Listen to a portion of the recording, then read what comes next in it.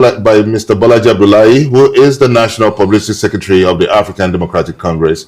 Mr. Abdullahi previously served as Minister of Youth Development and Minister of Sports, and is widely known for his work in political communication and opposition strategy in Nigeria. Welcome on Daybreak, Mr. Bolaji Abdullahi. Thank you very much. The National Publicity Secretary of the ADC. Thank you. Now, it seems that recent developments had put surviving from a prolonged legal battle, to now experiencing a massive defection away from your party. The defection of big wigs from your party has put your party in a kind of dilemma. And I'm also looking at the statement coming from Bolaji Abdullahi, a front runner of your party, questioning the zoning principle of adopting of zoning of the NDC, precisely zoning its presidential candidate to the south. He says that that's a political setback for a contest against a southern incumbent person of the candidate of the APC, President Bola Ahmed Tinubu. So how do you justify this sudden shift of undermining, or a sudden shift of resentment on zoning against what the NDC had adopted? Because we know that former Vice President Atiku Abubakar had benefited a couple of times from zoning arrangements to the north. Well, thank you very much. On the issue of people leaving our party, especially the bigwigs, as you call them, His Excellency Peter Obi and Senator Obi And Kwankwaso. Yes, of course, I mean, it came to us a little bit as a surprise, but I think we've moved on from that. It was a glitch, and not the any kind of glitch, I must say. But we moved on from that, we restabilized, and we're moving forward, because the objective is the same. How do we stop the steady deterioration of governance in our country, and how do we strengthen multi-party democracy in our country? So, I mean, they've moved on to another party. We are in ADC. But like you alluded to, the vision of building a big coalition of opposition political parties is still a possibility within the dynamics that we are presented with, because we are convinced that a unified opposition stands a better chance of challenging for power, especially if one faced with the kind of incumbency that we are faced with.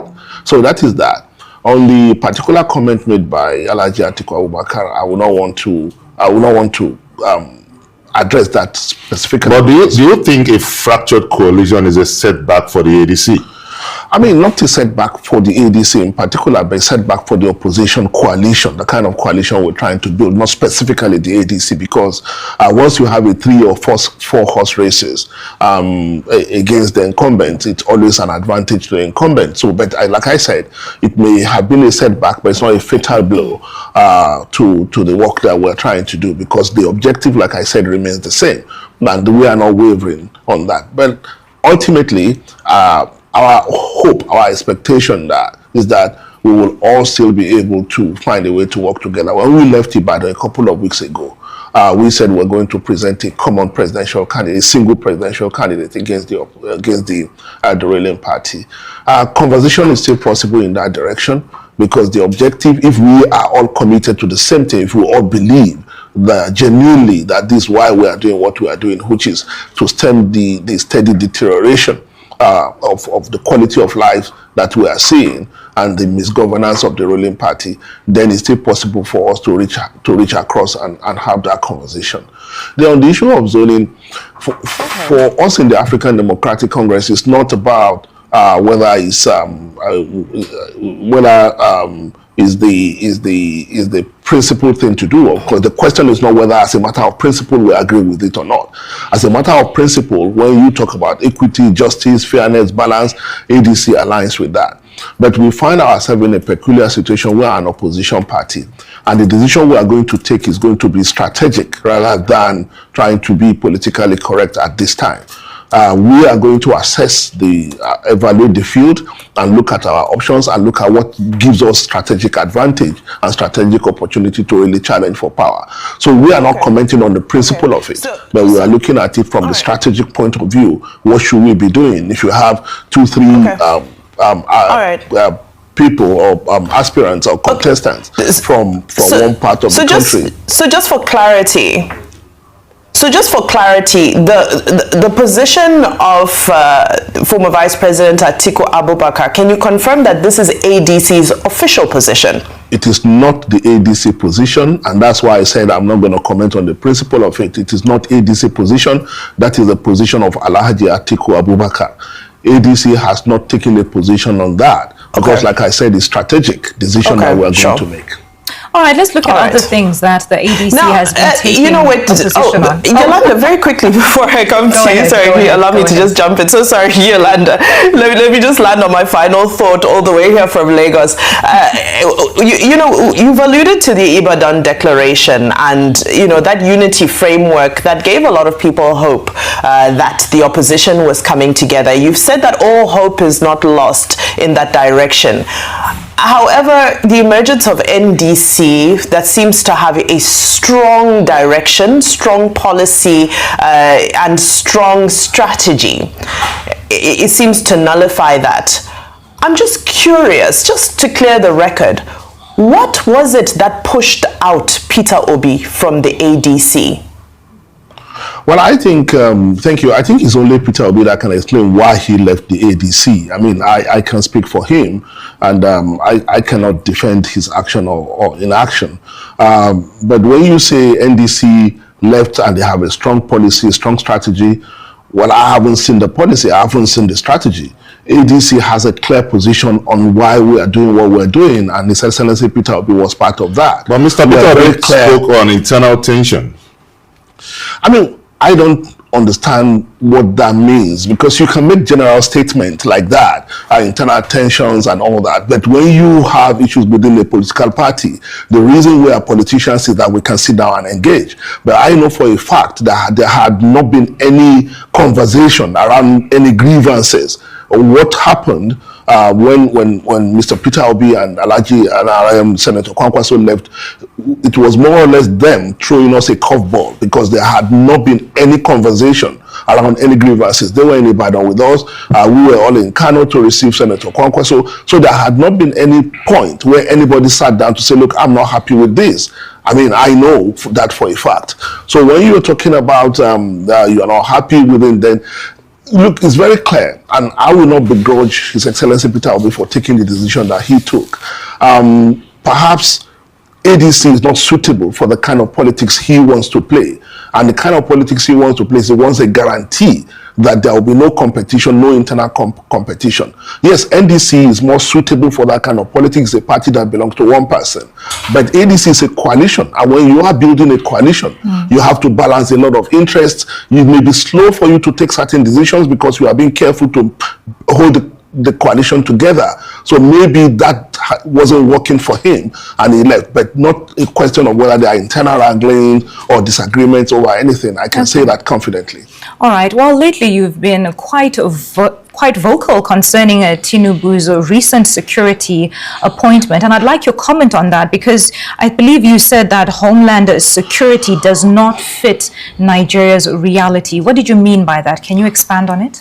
I mean, yeah, thank you very much. The concept of homeland, like we said, is ideologically loaded. And when you begin to investigate, when you begin to probe deeper, it begins to have other interpretations and connotations that don't exactly fit into the Nigerian condition. I mean, Americans can have a Department of Homeland Security or Special Advisor on Homeland Security, and when you go to different countries, the notion of homeland means different things to different people. So, and that is why a government in a country like Nigeria must have ideological clarity. When you are making that kind of statement, you must be clear what you are talking about. So we felt it's more of deflection. The appointment is more of a political calculation rather than strategic security decision. And that's why we said, because what we hear them say is that the special advisor on Homeland Security will take care of insurgency, banditry, kidnap. Then what is the national security advisor doing? Nigeria is not being invaded by foreign forces. All the issues of insecurity we've had are all internal.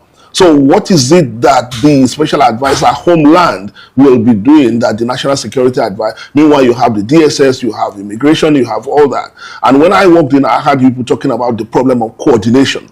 So if anything at all, if you still have the national security advisor in place, you have the special advisor in place, you have the chief of general defense staff, you have all these people, you are likely to add more to the chaos rather than making the coordination easier in a desperate situation like this. So that is the position of the ADC. Okay, Bolaji Abdullahi, in the build-up to the primaries, the issue, as far as the internal party affair is concerned across opposition, we've seen a situation where adherence to zoning structure or non-adherence to some internal party principles have been the Achilles heels of many of these opposition parties.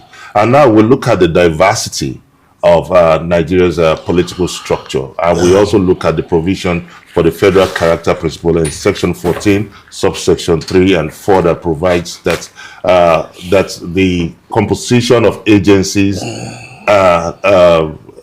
ministries, departmental agencies must reflect the diversity of its religion and ethnicity, and also in the conduct of its affairs. So do you think that in as much as the issue of zoning is not enshrined in your party constitution, do you think it's a matter of political necessity or a political contingency?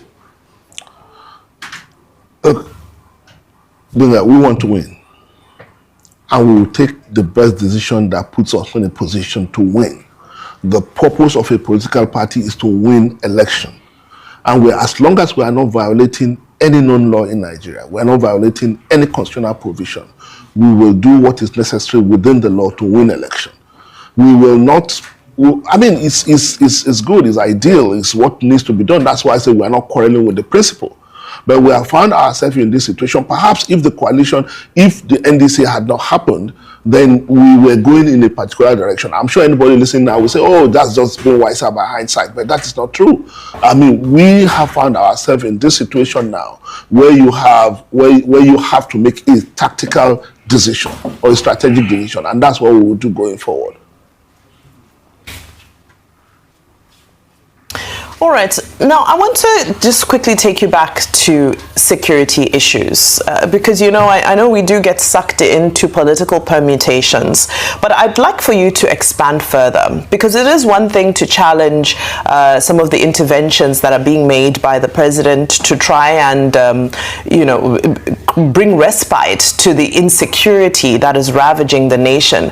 But what does the ADC's stance for security policy look like? I say this because I saw a release by presidential aspirant Hayatuddin, where he had made some 5 points about some of the things he would do immediately to tackle insecurity. ADC as a party, what is your plan with regards to tackling insecurity in Nigeria?